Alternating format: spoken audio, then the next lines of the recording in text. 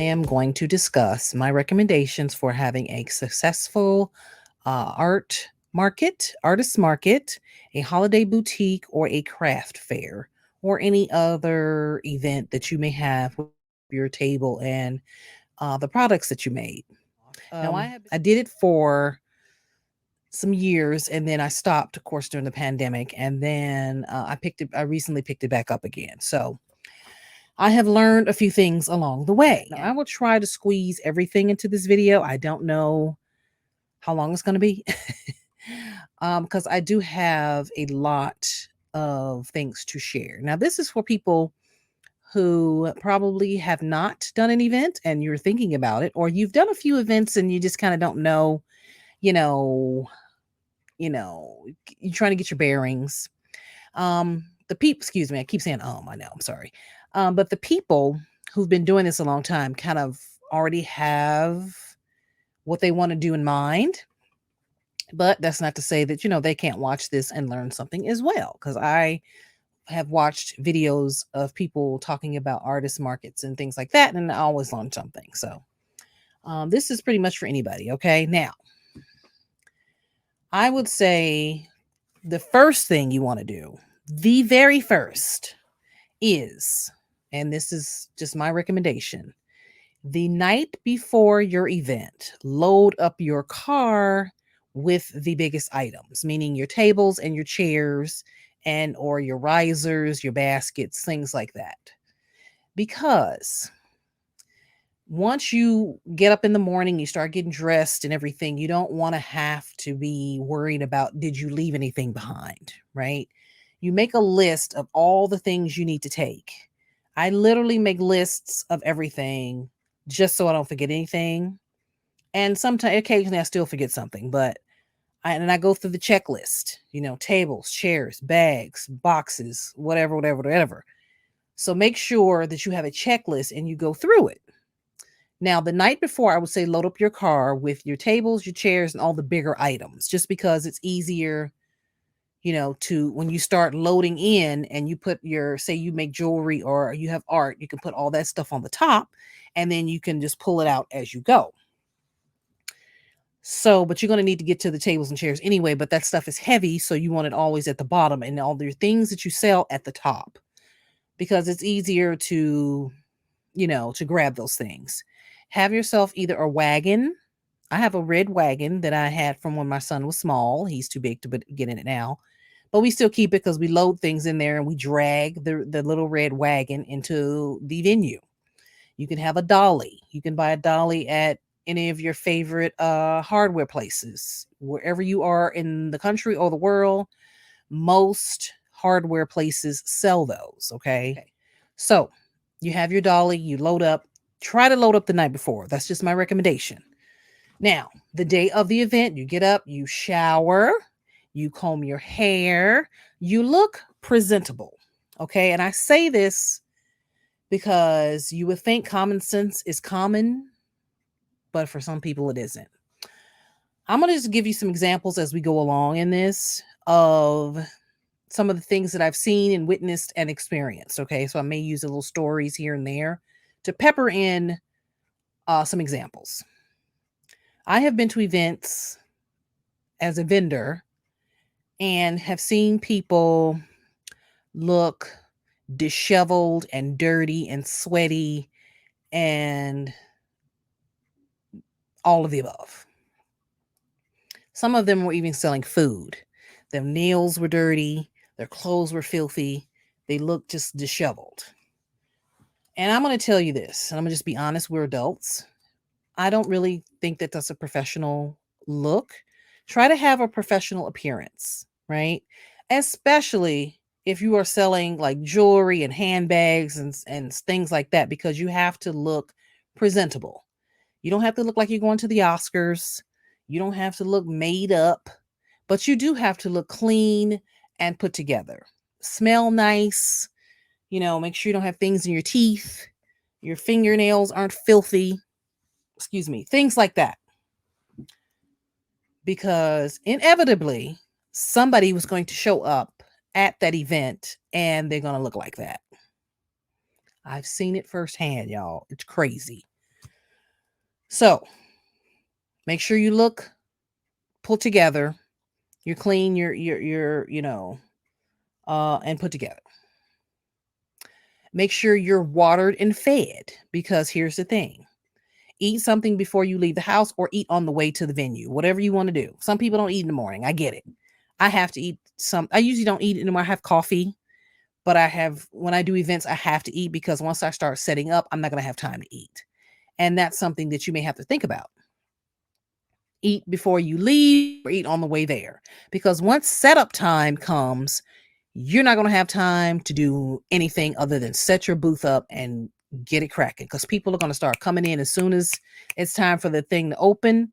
People are going to start coming in. Okay. And then that move goes to my next point. Arrive early. If your setup time is at 11, be there 10:45 or 10:30. I would say 10:30, 10:45. That way, especially at first come, first serve events, you absolutely want to be there early to get the choice spots. Now, chances are when you get there, there's probably going to be 2 or 3 other people there as well, because a lot of us have the same ideas. That happened to me on one of my last events. It was me and 2 other people. But even so, me and this other lady got the first 2 choice spaces, because it was first come, first serve. So if you arrive half an hour late or 45 minutes late, you're going to get the crappiest spot of them all, which is way down the block or way in the corner or someplace where there's not a lot of foot traffic. Okay, so get to your event as early as you possibly can. Sometimes they say the doors don't open. They'll start opening doors at 11. So I'm usually there by 10:45 at the latest. Okay, at the latest. And one of the bigger events that I did, I got there and there's probably 6 other people ahead of me. So everybody, like I said, we all had the same idea. Okay, so join. Join. So get there early. All right. And start unloading. As soon as they open the door, you walk in, you set your space down, you take stuff as soon as whatever you can carry. I do jewelry and art. So I take my jewelry and my art and I grab it and I go put it in that space. And then I go back. My husband usually helps me. I go back and we grab the tables, the chairs, and then we set up. Okay. And that brings me to my next point. Make sure that your setup is easy. Well, I say it like this. It depends on what it is you're making, right? I have everything I sell jewelry. So I put everything in plastic bags because I don't want things to be tangled or bent or broken or anything like that. So I have to have individual bags of where I put my jewelry. Okay. So it's easier for me to set up that way. I've done that for years and it works for me. Now, I've seen jewelry people, they have trays where they just pull the trays out and they set everything up and it's right there for them. Now, whatever you can afford to do, that's what you do. Okay. It's up to individual choice, but just make sure that your setup looks professional and it's easy for you to set up and also take down, because later at the end of the event, you're going to take all this stuff down. I always say take down is a lot easier than setup. Just my personal opinion. All right. So there's that. Now you get to the venue, you put your things down, you start setting up. I'm sure I'm missing something, but if not, I will put it in another video if I can think of it. I'm kind of going off the top of my head and, you know, what I know. Now, let me share with you some of my pictures here from my events. Okay, let's see if I can pull this up. Okay, so here is a picture of my table and my setup. Okay, now here I am in the mirror taking pictures. As you can see, I have my bracelets here, and this was kind of a rush job, y'all. This is what I talk about. And sometimes when you go on with your family, you get held up. I get it, right? It's happened to me. But my setup still looks pretty good, right? Because I kind of have it down to a science of how I want it to look. And what I do is I take pictures so I'll know where I put things, right? So my setup is pretty much the same as we go along. Okay, so here is my booth at a mall event. This was an artist market that I set my table up. Okay. Now, I would suggest ironing your, you know, tablecloths. Mine got wrinkled, but I usually put things in front. Now, if you're an artist, you can make yourself those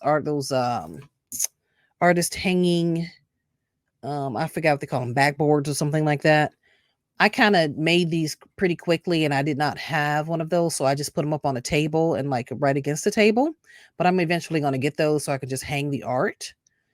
So, as you can see, I have my little pouches here that I made, my greeting cards, my men's jewelry, the kids' jewelry, and the earrings, and so on and so forth, necklaces, and so on.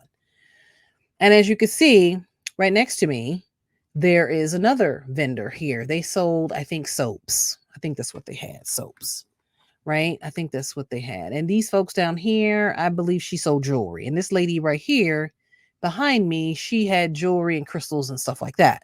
So as you can see, each table is set up differently according to people want to set it up.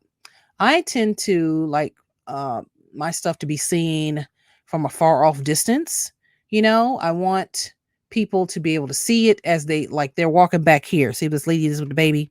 I want them to be walking back here, walk up, and see my stuff. So I put my items on risers. I have risers that I use, to elevate the jewelry. Usually it's necklaces usually, and I have this tall thing here with all the necklaces on them. Okay, and then of course my artwork is here, and I have some crystals here on the end. So I like this for people to see my stuff coming far away. Like here, you can see it, but it's kind of low on the table. She's got the statue here. So it's kind of eye catching, right? The statue is eye catching. You walk up and you're like, ooh, who is this statue? Here, you would almost kind of walk past here if you weren't paying attention. Like me, you'd probably stop because I have all this stuff taller up higher so you could see it. So you may want to think about that when setting up your table, depending on what it is you sell. Again, I sell jewelry and art. This may not work if you do journals or greeting cards or something else. You have to really kind of gauge it and do what you can with what you have. You can find like baskets and risers. I think, what did I get these are like little metal, not trays, but they're like little metal stands. I think I got these at Walmart, you guys. I think. God, it's been so many years. I have to spray paint them. They need to be spray painted black. But I've got like 5 or 6 of these, and I just open them up and I sit my little mannequin neck thingies. That's not what you call them, but the little things for the necklaces. I sit those on top of those. So I'm at the end of the night, I'm able to just break these down and take off the neck piece there and put it away. Now underneath the table, I have like 3 or 4 bins underneath the table that I use for my jewelry. So that may be something that you may want to look at. Okay. Invest in some risers, have some things like where people can see. So, like I said, you arrive early, you get there, you make sure you eat, and you go to the restroom before you start because once the venue opens, people are going to start coming in. You don't want to be setting up when people start coming in. I have seen people do that, and I think it's so unprofessional, and people kind of look at you funny. All right, they're looking at you like, ugh, okay. So, and the next thing I want to say is, let me add some more things. Have cash. Get yourself at least $50 to $100 in change because lots of people still pay with cash. Okay. Somebody will definitely hand you a $20 bill or a $40 bill, $40 or whatever. Okay. So have some singles, some fives, and some tens. Excuse me. This is for my USA folks. If you're international, I'm not sure, but you definitely want to do that as well. Have some change because lots of people still pay with cash. Now, also have multiple ways that people can pay. I have PayPal, I have Venmo, I have Cash App, I have Square, and what else? I think I have, let me look. Let's see, y'all. I got Cash App, PayPal, Square, Venmo. And I had Etsy, but the little thing broke, so I can't pay through Etsy, but it's there. So I have at least 4 ways, including cash. So that's 5 ways that people can pay. Cash App is literally the last resort. If nothing else, I will use that, but I'll usually been paying have folks pay with Venmo or even PayPal. Okay, Square is number one. Put it like this. Okay, Square is number one, Venmo is number two, PayPal is number three, and then Cash App is number four, and then of course Cash is in there as well. Okay, so have multiple ways that people can pay. Now, here's a little tip. If you have your phone at the event, right? You're at the event all day long. Your battery's going to drain. Do yourself a favor and get you a portable charger for your phone and or your tablet or laptop or whatever it is device you're using. This is a portable charger. Okay, I'll put this link down in the description. All right, and it's about $15. 15, there's some that are more expensive, but this one's about 15, 16 bucks. It comes with a cord here that you plug up, you charge it before you go. All right, and then you put in your little bag, and then you take it with you on the go so you can charge up your device. All right. Here's the thing. If you are at an indoor event or even an outdoor event, now this goes for indoor, outdoor, either or. Sometimes the signal isn't that great. Okay. The Wi-Fi is terrible. They may not even have Wi-Fi. So you have to go on data. All right. Which means you're going to have trouble finding a signal, and that kind of drains your battery sometimes, so you're going to have a way to plug up your phone, especially if you don't have electricity. Now some places have electricity, but you got to pay extra for that. A lot of indoor events have that, but you got to pay extra, which is fine, because if you're outside at night, sometimes they offer it as well. You can just bring your extension cords and you plug up, and you're able to plug in your lights and all your devices. Well, I was at the last event I was at a store. I was outside, didn't have that option, so I had to use my charger. Okay, once my phone started to go down. And then I also took my tablet. So I have 2 ways. So if something happens to my phone, I have a tablet that I can also use all of the methods of payment on. So God forbid your phone dies, you're screwed, right? We don't want that. So take a tablet or an iPad or something, have a backup. Okay, always have a backup to a backup, right? So you want to make sure that you're able to take payments as well. Now I have a Square payment, but because I have an Android, this is an Android S21, the Square does not fit into this. It only fits in the iPhone. Where is it? Let me see. Do I have it up here yet? They have a little docking station. Square offers a docking station. I actually bought one, but I can't find it, so I might have to buy another one. I know. I lost it trying to clean up this room, and this will happen when you clean up your studio. You lose things, okay? So, but it does not work on an Android. It works on an iPhone. So if you stick your little you stick it in the bottom of your phone, and you're able to swipe the credit card. Well, it doesn't work. So I have to manually put in the number. Now, if you don't have Wi-Fi, you have to go strictly on data, and you may or may not be able to get a signal. I had that happen to me in the mall when I did a setup in the mall, artist market in the mall. Sometimes you're in a weird place and there's no signal, and you have to walk around and try to find a signal. So just be mindful of that.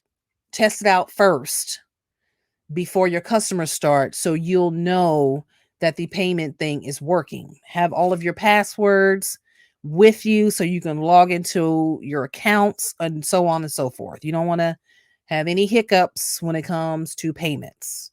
So if you have to, type in a credit card number on Square, you have enough signal and enough battery charge on your phone or your device to be able to take those payments. Okay. So I had that trouble in the mall, and what I had to do was I had to try to find some Wi-Fi in the Macy's or the one of the thing. Now those are not secure networks, so you can't be really checking your bank account or anything, but you can still get enough Wi-Fi to be able to use your apps, because everything is going through the app. It's not going through, the computer or whatever. So that was something very tricky to do, because you don't want to have any problems. Now, A lot of people, what I noticed in one of my last couple of events is that a lot of people are paying with something with a credit card with no number on it. I had never seen that before. I think it's Apple Pay. Some of y'all might have it. I don't even know what it is. It's literally a credit card, but it has no numbers on it and you can't swipe it or anything. I think you're just supposed to tap it and that's it. Well, I don't have the docking station so you to tap the credit card. So that may be something else you may need to think about, right? I had a few people, maybe 5 or 6 people, try to do that, and I say, "Oh, I'm not really. I don't have the tapping station for you to tap the credit card for you to use it." And they go, "Okay, no problem." And they pull out another credit card or they find cash. Okay, and all of them eventually bought something. Nobody ever walked away like, huh, they just paid with something different. So that was kind of a new experience for me. So just know that when you do your events, right? You may come across 1 or 2 people that maybe have that and just politely say, I'm sorry, I can't take that card because I don't have a way to tap it. And it's like a little docking station that Square has. It's like $50. You got to order it. And it's like a little small little thing. And you're supposed to plug it up, I think, either to your phone or your tablet or something. And you're able to tap the credit card so you can pay. And it takes like Apple Pay and all. It takes, a lot of credit cards. Whether the one you put in your phone, the reader, you just swipe your credit card. Okay? Swipe the credit card. So just yeah, that might be something you might want to think about. All right. So let's see. I covered everything, I think. I think most everything. I think. If I think of anything else, I'll make a part 2 to this video, but those are so far my recommendations. So now after you set up, you have a great show or a great market or a great holiday boutique. Now these tips that I'm giving you are across the board. Therefore, indoor, outdoor. Now outdoor, you have to consider things like, is it the weather? Is it blazing hot? Is it snowing? Is it raining cats and dogs? That's a whole nother thing. I have done outdoor events, just did one a couple months ago and it was blazing hot. But luckily, because I got there early, I was in a shady spot. The people who showed up late had to be out in the sun in 98-degree Southern California weather. It's probably close to 100 because it's been close to 100 degrees out here for months. So think about that.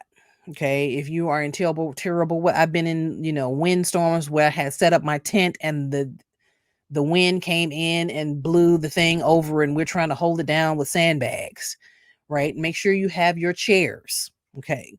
Excuse me. Make sure you have chairs to sit in, an extra chair if you're taking people with you. And also, here's another tip. Don't have a whole lot of people at your booth. If you got 7 kids and a dog and your mother, your grandmother, your auntie, your uncle, and the stepsister and the stepsister's granddaddy's husband's father's kids want to show up, for the love of God, do not have all those people at your booth. It looks unprofessional and it looks messy and it just looks unprofessional. That's just my opinion. Now, somebody else may tell you something different. You go with whatever you feel.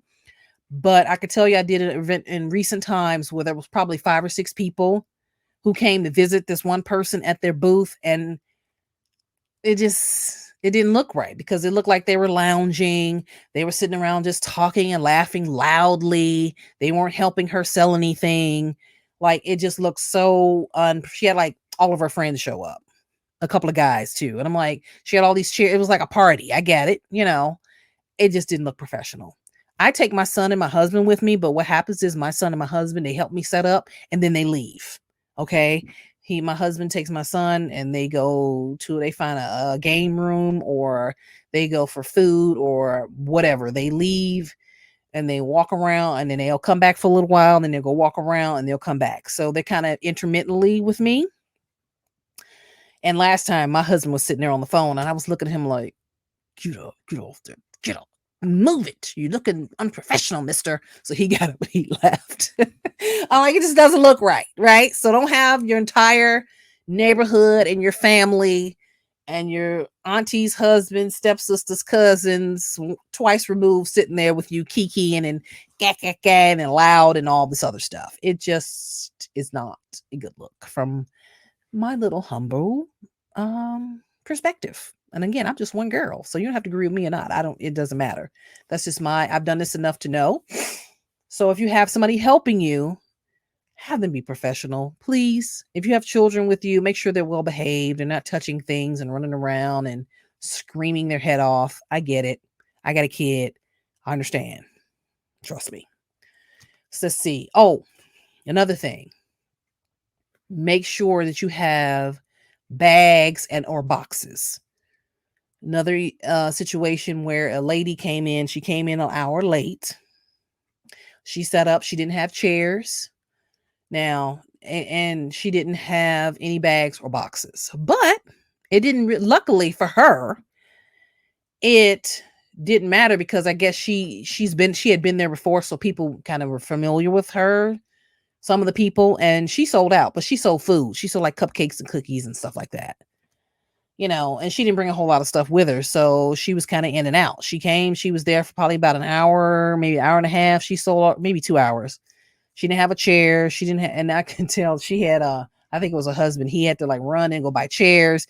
He had to run and go buy this, run and go buy that. Like she had nothing. And I don't know if that was her first event or not, but she made it work for herself, So that's that, it can still work.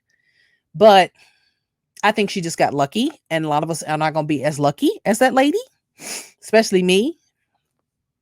So I think that you should definitely make sure you have bags and boxes and or something for people to carry around. Like, if I'm selling a piece of jewelry, say I sold this bracelet here. Let me see. Let me get you. Say I sold this bracelet, right?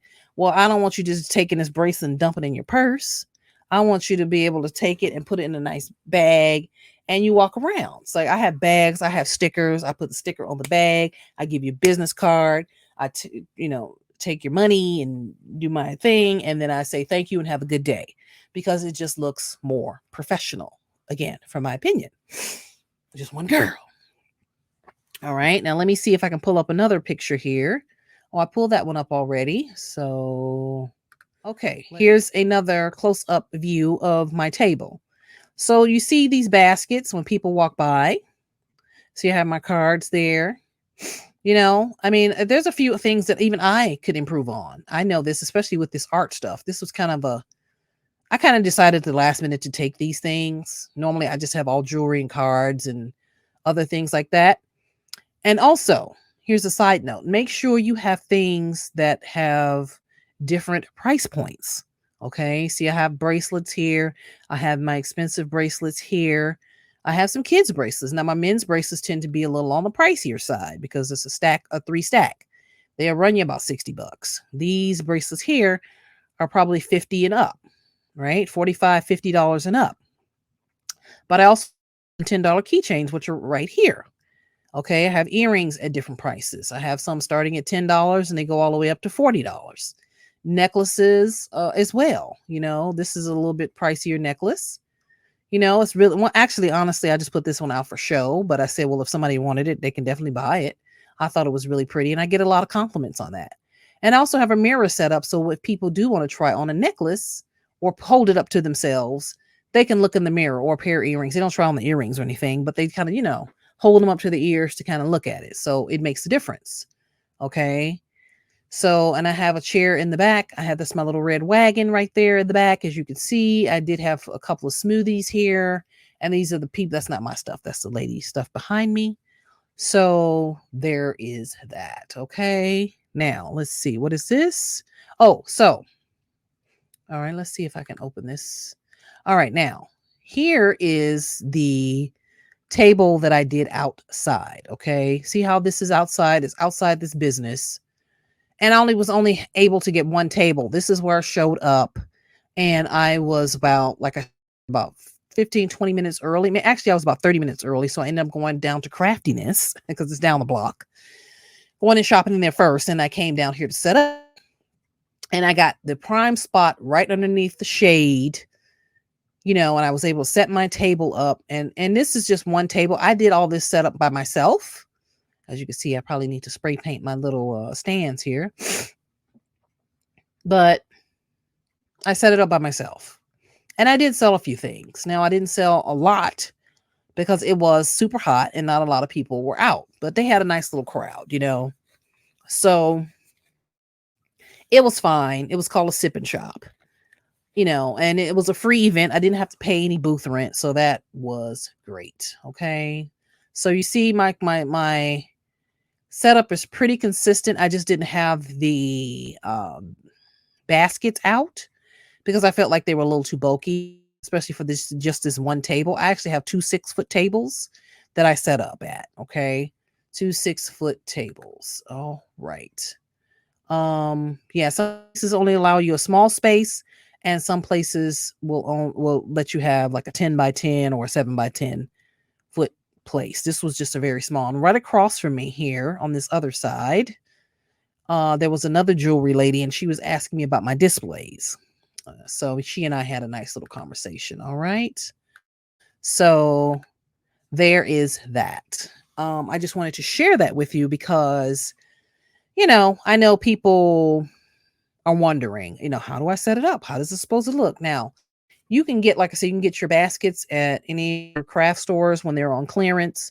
You can go to the Goodwill. You can go to Home Goods. TJ Maxx sells baskets. They have a lot of baskets. TJ Maxx and Marshalls. You just need a couple, 2 or 3 maybe, different sizes. You can put your stuff on baskets depending on what it is you sell. Have it, like I said, high up so people can see it from way over there. If they coming from way over there, you want to be walk right up to you. Okay. So I talked about payment, setting up, and let's talk about attitude a little bit. Now, I have seen a lot of things doing these events. I've seen everything, a lot. And the one thing I think is a killer in all of this is attitude. And I get it. Look, we're there to make money. We didn't paid this booth rent, right? We paid God knows how much to be there. We got to pay for gas to get there. You got to have food and all of that, right? For the love of goodness, for the love of God, have a positive attitude. I can tell you that I have seen people who are so surly and so just, and who's buying anything from you when you look like that? Really? Fix your face, fix your attitude. I get it. You know, you didn't do well. There's a lot of events that I set up that I didn't sell anything at all. I did a huge event several years ago at a movie studio here in Hollyweird. In Hollyweird, right? Huge movie studio, y'all. I think I might have told this story before, but I'm going to tell it to you real quick. It was a holiday event. I got invited and it was free. You didn't have to pay any booth rent, but you did have to go down there. It was probably 1,500 people at a Hollywood event that was catered. They had an open bar and they had a full, huge dessert area, huge, buffet line full of food. This would be, like I said, way before the Rona. Pardon my sniffling. And I think I might have, did I sell anything?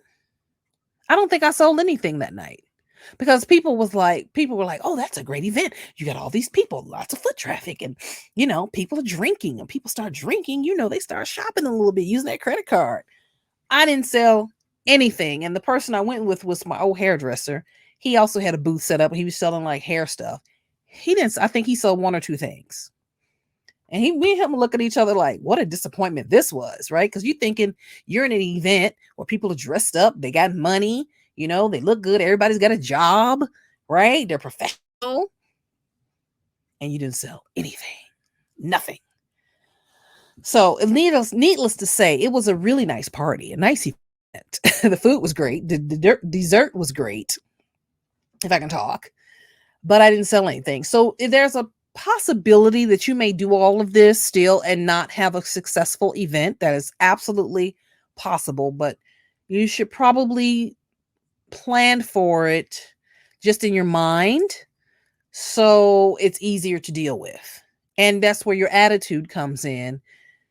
knowing, yes, it's sad that you made all this trek down here and you spent all this money and you didn't do well. It's so disappointing, y'all. It's disheartening. You're like, well, what's wrong with my stuff? I got great stuff. What's the problem? Are my prices too high? Are they too low? Does my table look like crap? Do I look like crap? Like you start second guessing everything. Don't do that. It's just par for the course. It's just the nature of the beast. I've had some great successful events, and I've had some terrible, crappy events. And that's kind of, it runs the gamut. The last event where I did in front of the store, it was just okay. It wasn't great. I mean, it was free, but I didn't sell a whole bunch of stuff. Now, a couple events that I did before at the mall, I did really well. So it just depends on, it depends on the event. It depends on the foot traffic. It depends on the time of year. There's so many factors involved in doing this sort of thing. Okay. So just make sure that you have a good attitude, that you have positive energy, and that you're smiling when people come by. You speak to everybody, you say hello. You're not on your phone. You're not looking down. Hi. Can I help you? No. Okay. Like, who wants to do that? I got accused of doing that once, y'all. This was at inside of a store some years ago. And I was the featured artist in the store for this big brand. And the woman says, yeah, well, you're always on your phone. I was like, well, first of all, I'm looking around going, there's nobody in the store. Like, there was nobody in there. Like, nobody. Right? It was inside of a mall. The mall was not busy at all. I'm like, look around going, there's nobody in here. So of course I'm on my phone. And the one or two people that came in the door, I did speak. Hello, I stood up. I always stand up when people come to my table. I always stand up. Hello, how are you? And I greeted them and they just walked off because I had to learn back then who my customer was. The event that I did in that business, those people were not my customer. Even though I did well, those were not my customer. Luckily, I don't even think that store's around anymore. I think they closed a bunch of those stores and it's neither here nor there. But that's also a tip. Have a positive attitude. Make sure you're not on your phone. You don't have umpteen family members and friends with you, and so on and so forth. Okay. One of the next things you want to do is make sure that you eat something either before you come or you have somebody, at least one person.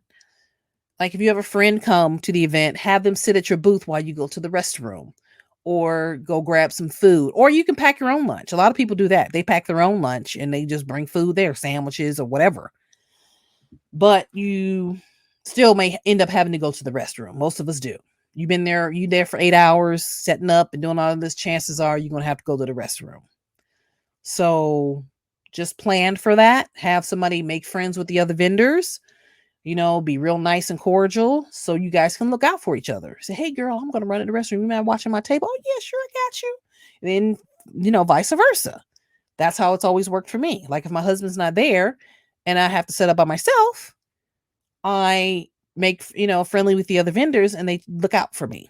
Okay. So that's also something to think about. And the reason why I brought up the attitude is because one of the last events I did in the mall, there was this woman. And I think that she sold something, I want to say like olive oil. I don't know. I don't even remember, y'all. But what I remember about her when she set up her booth was her energy and her attitude. And it was so, now I don't know this lady from a can of paint. I wouldn't even know her if I saw her walking down the street tomorrow. But what I do know is when I first saw her, her energy was just And so she was right across from me when I did the event. And I get it. Look, people we're going through things in life. People don't feel well, whatever. I get it. Look, I have a whole situation going on in my life right now. Nothing I want to share. It's nothing bad, but we all got stuff, right?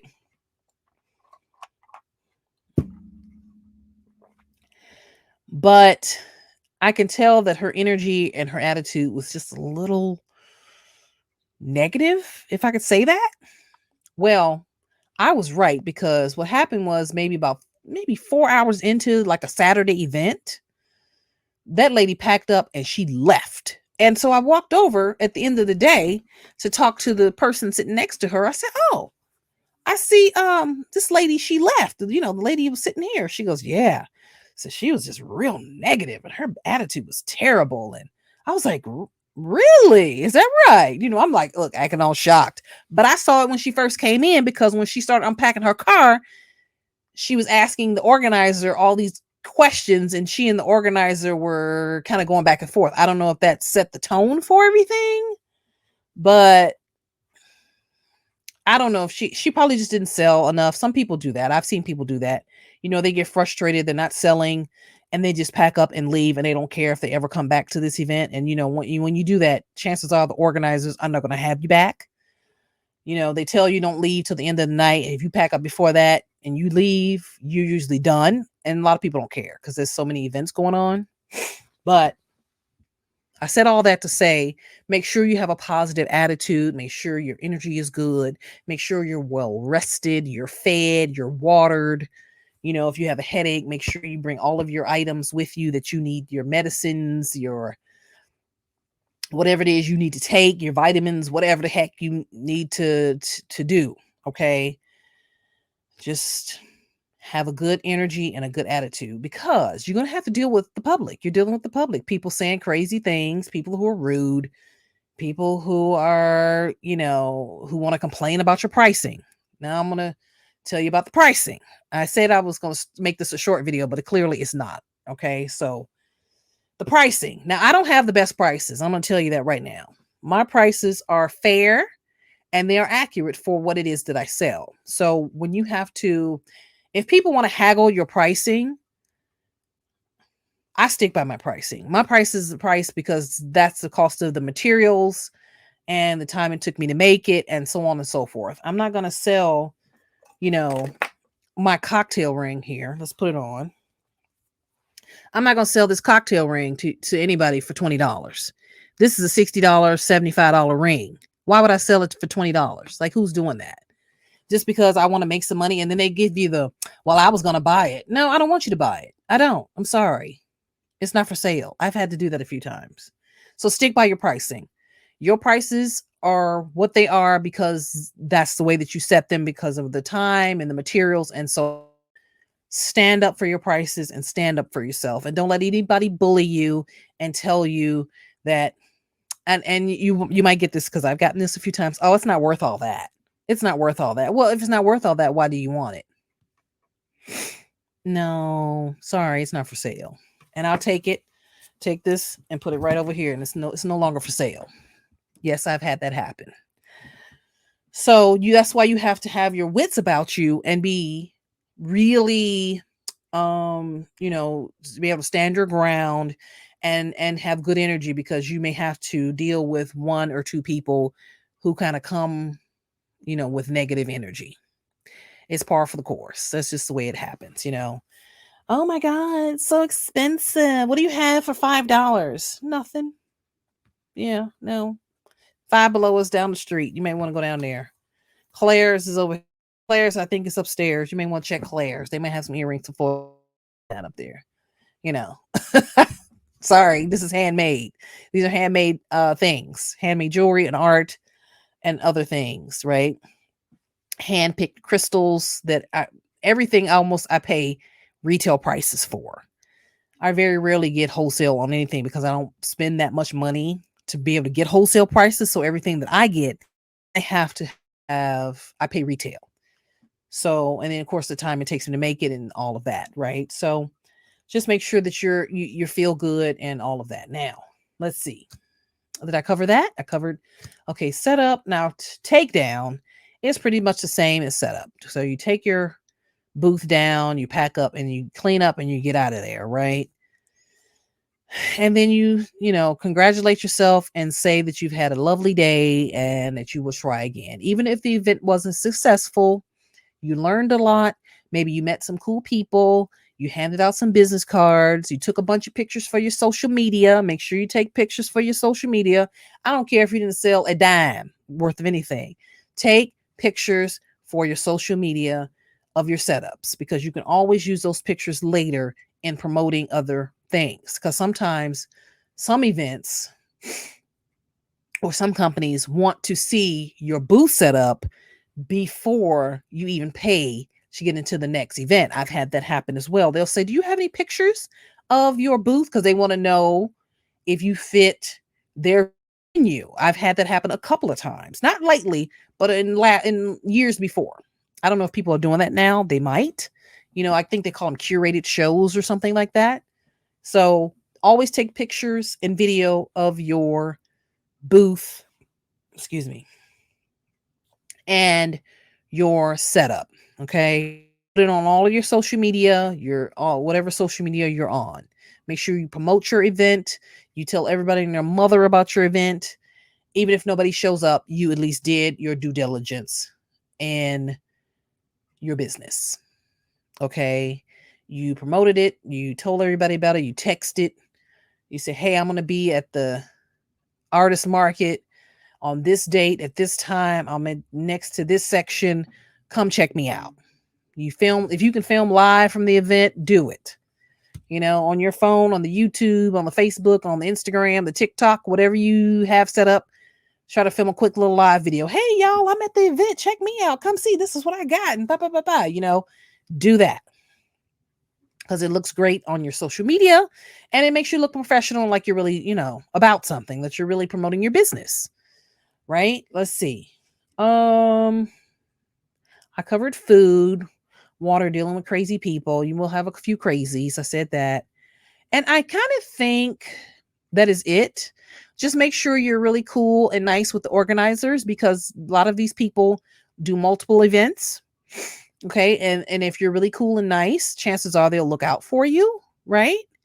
And if they get to know you and they like your what it is you're selling, and they like you, they'll look out for you and go, "Hey, yeah, I remember Stephanie. Yeah, she did these last 2 events. You know what?